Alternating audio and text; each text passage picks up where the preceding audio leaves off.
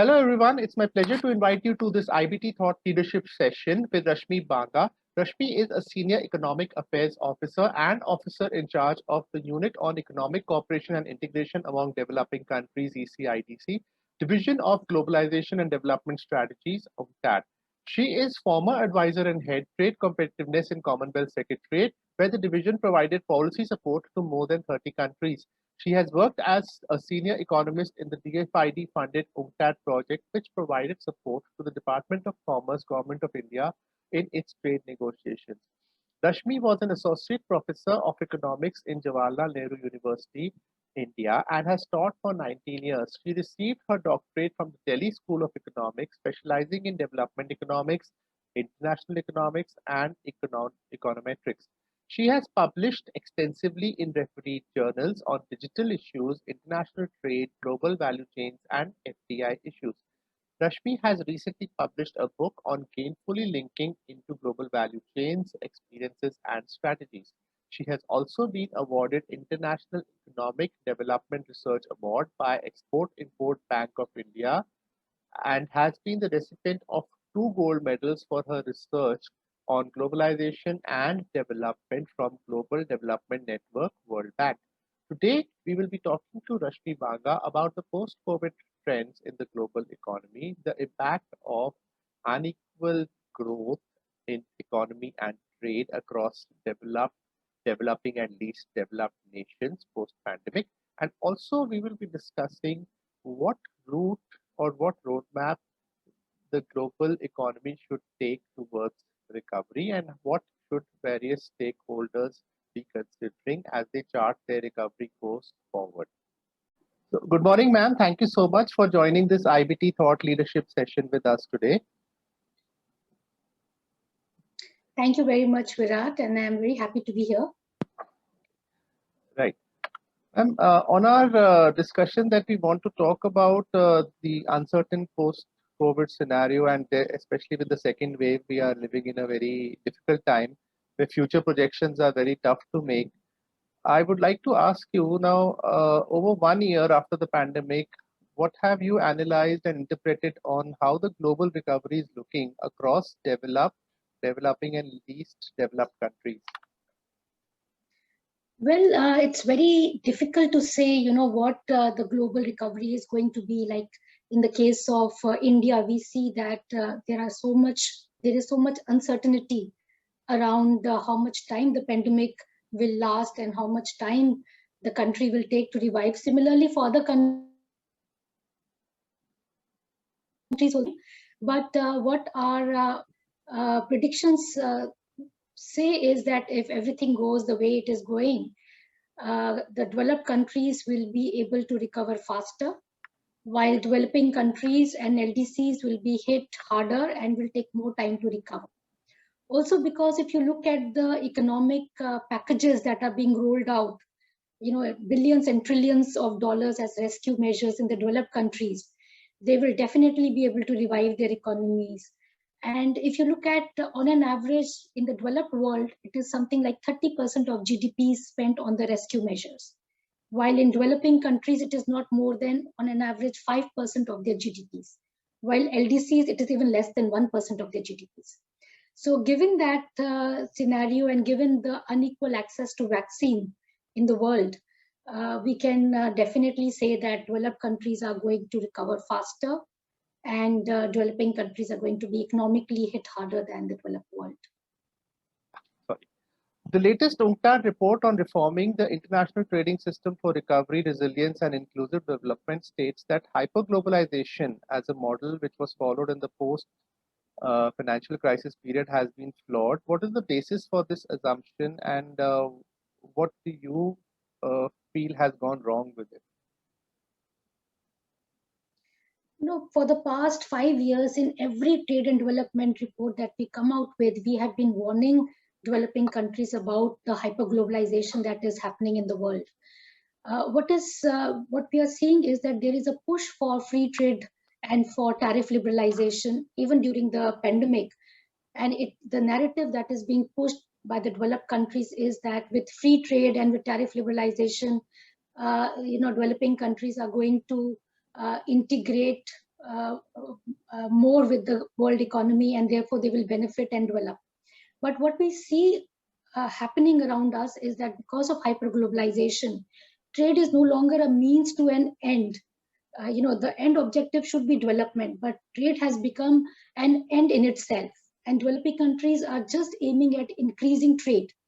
What we find is that there is more import content in exports, there is less domestic value added in exports. As a result, trade is no longer leading to increased growth and employment in developing countries. So countries are linking into global value chains, they are delinking from their own domestic value chains. So what is happening is it is resulting in hollowing out of manufacturing sector. So you're producing less, but you're exporting more, you're importing more. And this is what hyperglobalization means.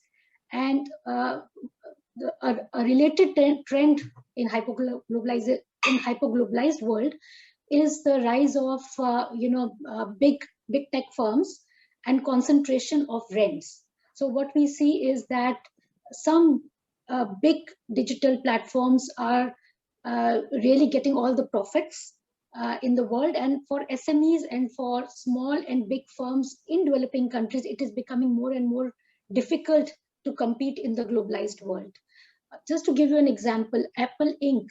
in 2020, the market capitalization was $2 trillion.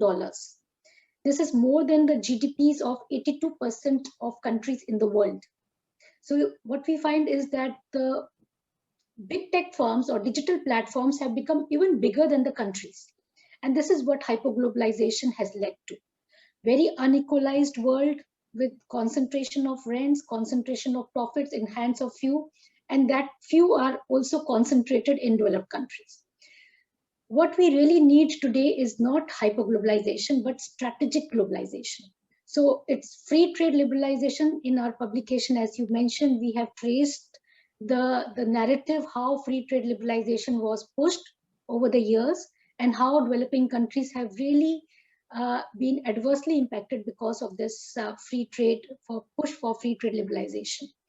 But if what is needed is strategic liberalization, where you use your tariffs very judiciously to give protection to your industries, especially your digital sectors, because that is where the future is going to be. Like you said, we have been warning about hyperglobalization in all our trade and development reports in the past few years. So, ma'am, in this scenario where you're rightly pointing out that there's a high degree of inequality, which has obviously been exacerbated, greatly enhanced by the pandemic. So, what role should the multilateral institutions, especially the WTO, be playing in this situation? I think WTO can play a very important role, especially during the pandemic. And it is very important for the countries, to be able to revive their economies.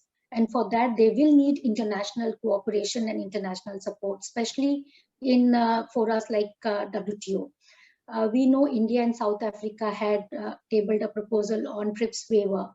And today, USTR has shown their approval, or I would say their consent to consider this TRIPS waiver. So the negotiations on the text will decide to what extent are developing countries going to benefit from this waiver. But this is just one step, one step taken for more equalization of vaccine access in the world.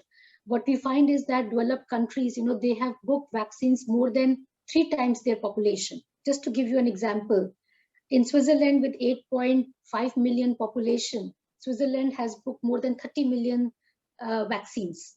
So and if you look at countries like many African countries do not even have, 1% of global vaccines available for them.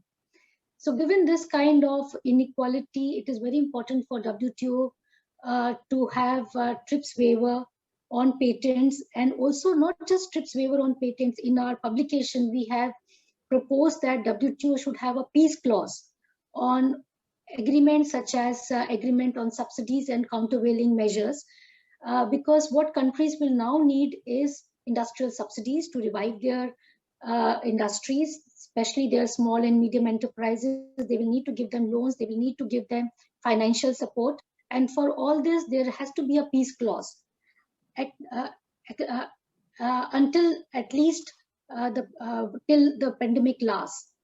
And also the ISDS cases, I think again there is a need in different international fora to look at, and also in all the regional and bilateral trade agreements, there is a need for a peace clause now, especially for all the actions that the government takes with respect to the pandemic.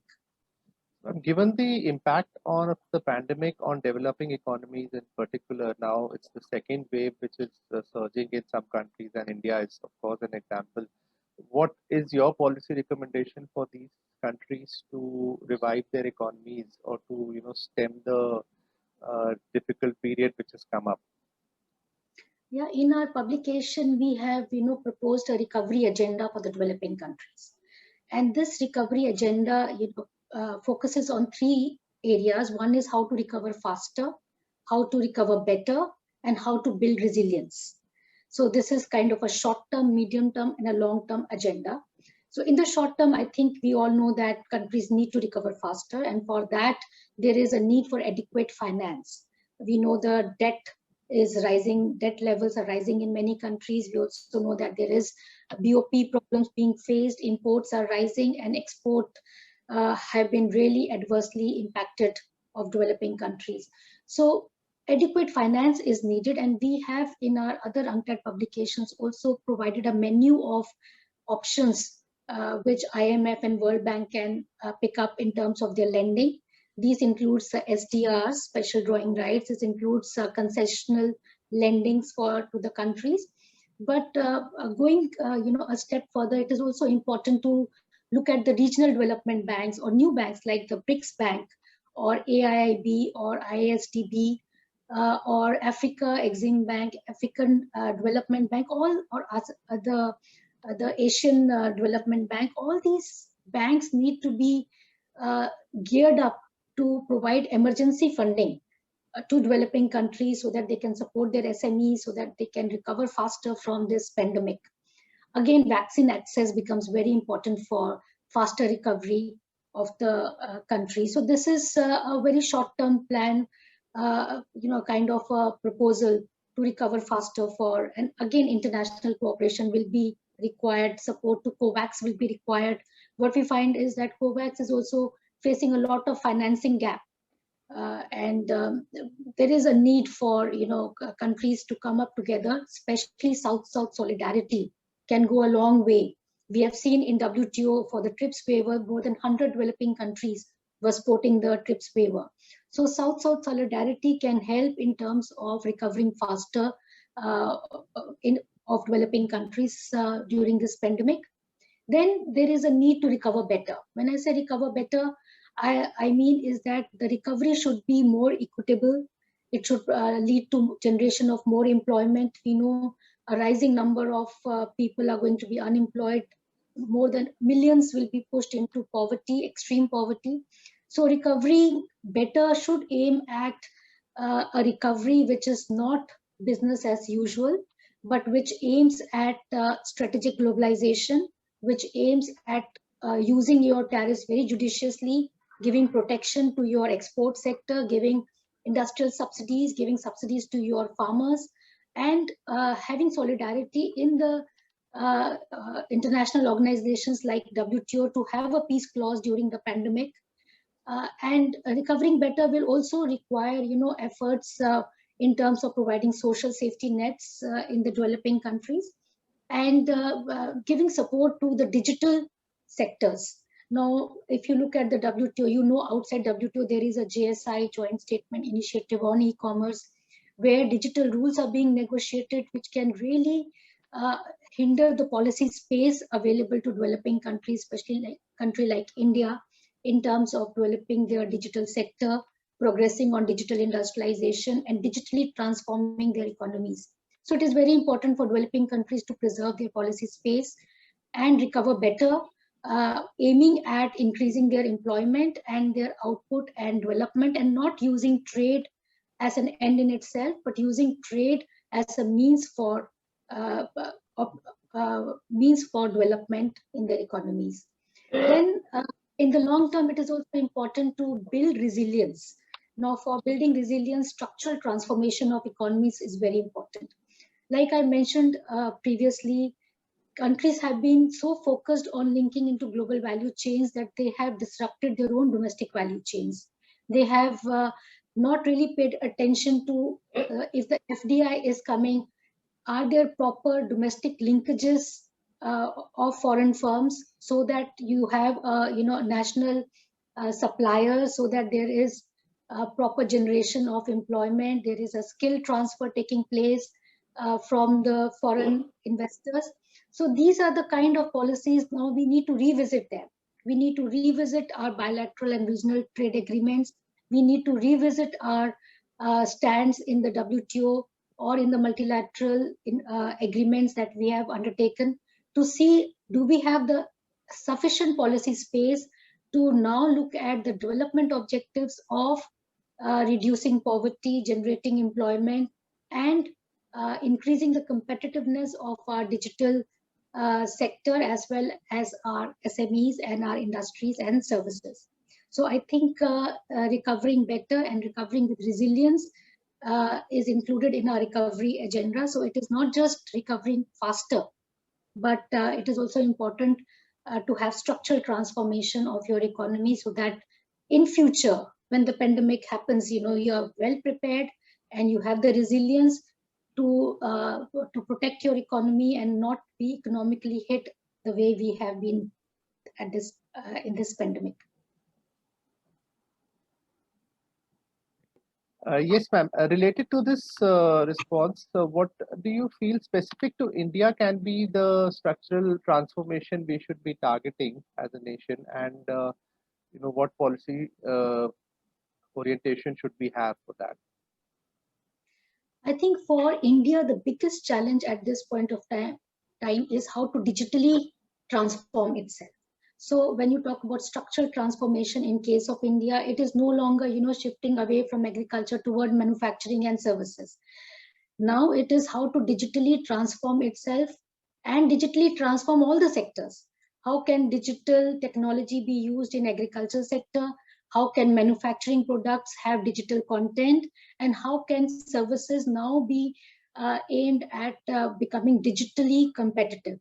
So we have to have digital transformation in all the sectors. So this is one of the biggest challenges of India. I think India has understood this. India has put in place a lot of policies for digital transformation, including which is a very good initiative, is on the digital startups, on data policies. I think, and in the WTO, India is keeping itself outside the GSI and really focusing on the work program on e-commerce, which is the right way. India is also taking a leadership role in the WTO, which rightly so, it needs to do it. At the national level, it is now important for India to have its own lead firms, initiate its own global value chains, initiate its own regional value chains, so that it can increase the domestic value added content in its exports.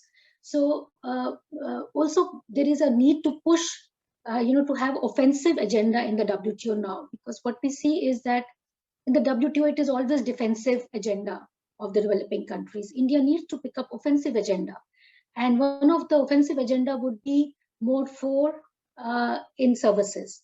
Because what we have seen is that in this pandemic, because of the limited movement of people, especially in the health sector, many countries have not been able to have enough medical people around. But India has a very strong position in terms of providing healthcare workers, in terms of providing doctors and nurses to the world.